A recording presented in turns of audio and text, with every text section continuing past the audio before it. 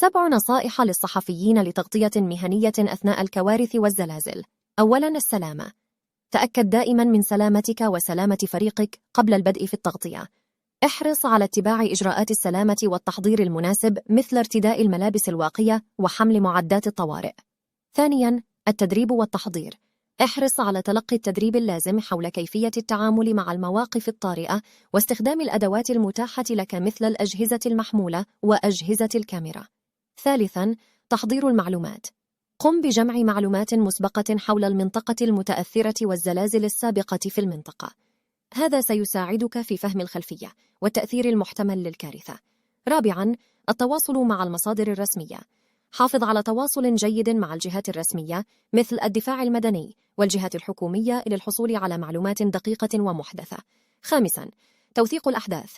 قم بتوثيق الأحداث بدقة وموضوعية باستخدام الصور والفيديو والتقارير المكتوبة. تجنب تحريف الحقائق أو تضخيم الأمور. سادساً، التعبير بحذر. تجنب تقديم توقعات غير دقيقة أو نشر شائعات. قدم المعلومات بحذر واعتمادا على مصادر موثوقة. سابعاً، احترام الخصوصية والكرامة. احترم خصوصية الضحايا وكرامتهم أثناء التغطية.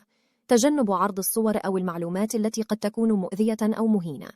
تذكر دائما أن تغطية الكوارث والزلازل تتطلب مسؤولية كبيرة وأخلاقيات صحفية عالية. يجب عليك تقديم المعلومات بحذر واحترام للضحايا والمتضررين.